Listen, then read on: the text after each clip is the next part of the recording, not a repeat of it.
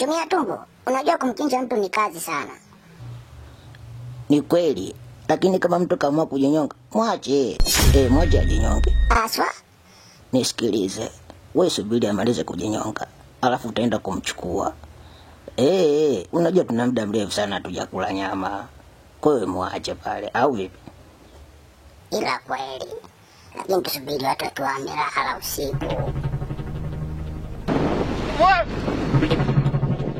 Unanyajua?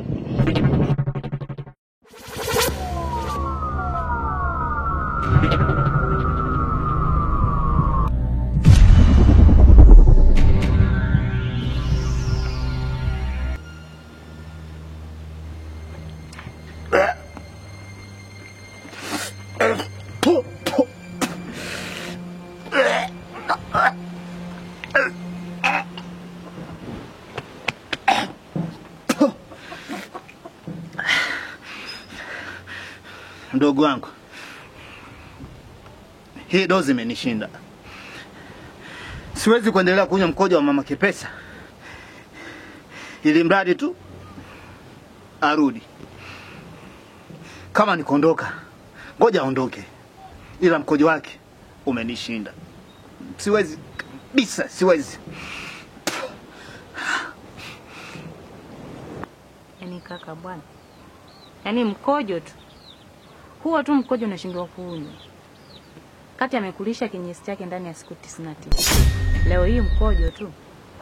Mwacha mambo yako bwana. Wewe kazi. Umesemaje? Mama Kipesa amenilisha mimi kinyesi chake kwa siku 99. Mwogope Mungu mdogo wangu. Uongo ni dhambi kama zilivyo dhambi nyingine. Unamsingizia mama Kipesa kwa sababu labda unachuki na yeye. Mimi siwezi kujua. Mke wangu nimeishi naye, ananipikia chakula nakula. Haipo hata siku moja ambaye ameniletea chakula chenye harufu hata ya mavi kwa mbali. Unasemaje amenilisha chakula ambacho kina kinyesi? Amenilishaje kinyesi wakati mimi nimeishi naye kwa raha bila tatizo lolote? Mdogo wangu, hapo umekosea sana. Na huo ni uongo.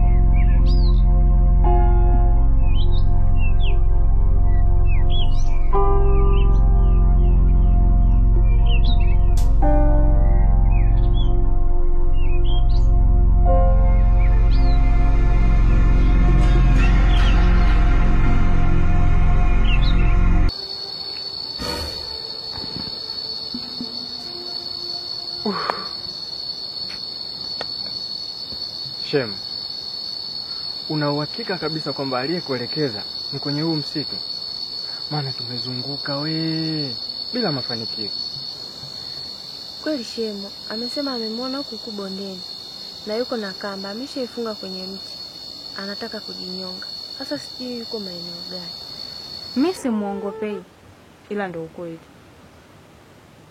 Kipindi cha nyuma alikuwa anakatia ugali peke yake. Ukimwambia njoo tujumuike wote, anakuwa na kona nyingi. Anakata ugali peke yake anakula na wewe anakutendea peke yake. Unaweza kujiuliza ni kwa sababu gani? Yaani hicho kipindi ndio alikuwa anakulisha kinyesi bila wewe kujua.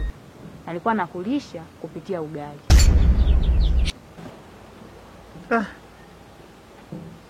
Kikulacho kinguoni mwangu.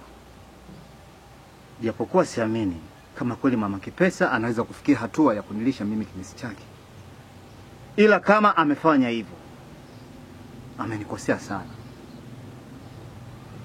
Sijawahi kumfanyia chochote kibaya mama Kipesa. Hata kidole tu kumsontea kidole kwamba wewe, sijawahi kufanya hivyo. Inakuwaje ananifanyia hivyo mwanamke? Hanionee huruma mimi, mtoto wa mwanamke mwenzie? Mwenyezi Mungu, naomba uniepushe na maradhi yatokanayo na kinyesi nilicholishwa. Nimechoka. Na huo mkojo huo unakunywa kwa sababu umsahau, sio kwamba unakunywa eti arudi. Unakunywa huo mkojo ili kusafisha mwili wako, maana una madawa mengi kweli aliyokuwekea. Utoa hayo madawa na umsahau. Hivi aliyekupa hizi taarifa sio alikuwa anakutania kweli? Maana watu sasa hivi hawaishi masiara. Ila sawa, wewe sasa hivi elekea nyumbani, ngoja mimi niendelee kumtafuta, huenda nikamuona. Lakini pia nikitoka hapa nitaenda kutoa taarifa kwenye mamlaka husika, maana masuala kama haya yanatakiwa kuripotiwa mapema sana. Sawa Shem? Sawa Shem, basi jitahidi na nitaendelea kumuulizia.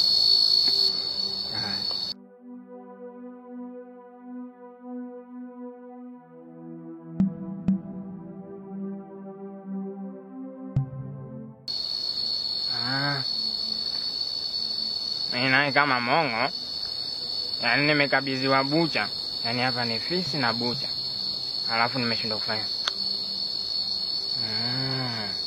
Sasa hivi atakuwa hajafika mbali.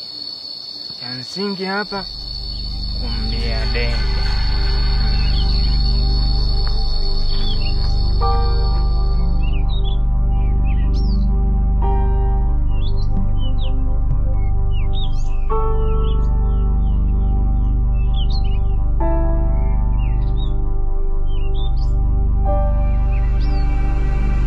Yaani hapa leo mwendo wa kugonganisha nyayo. Masi na chanya. Ugwadu wote.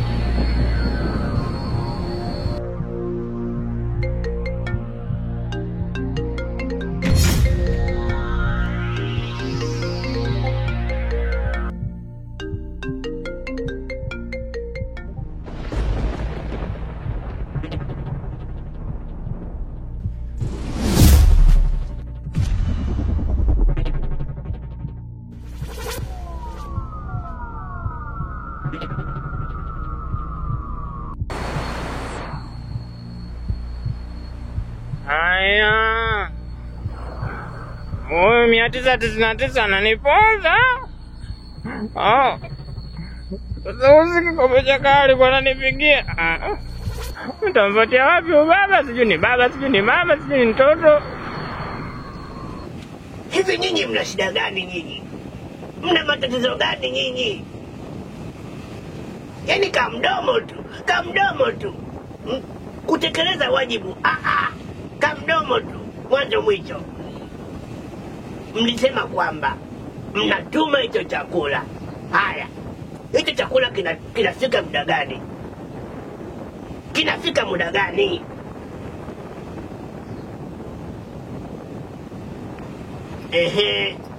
Ni chakula gani mmekiagiza kije? Mandazi.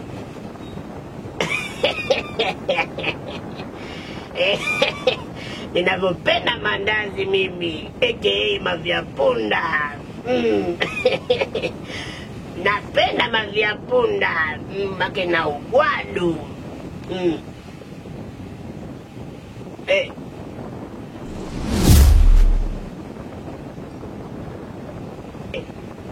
Nakwambia kata simu, kimefika chakula. Kata simu, tuko saiti.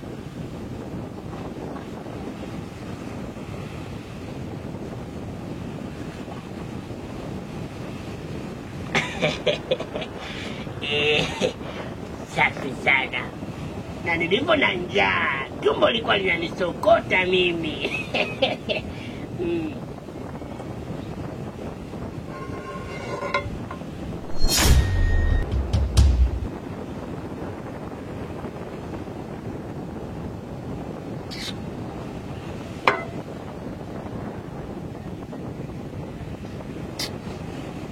Sasa hichi ni chakula kweli jamani? Pumbavu kabisa. Jamani, haya si mawe kabisa. Haya ni mavyapunda jamani.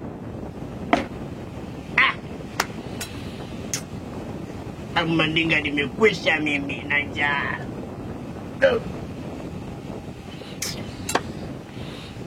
Jamani, haya mavyapunda au mawe?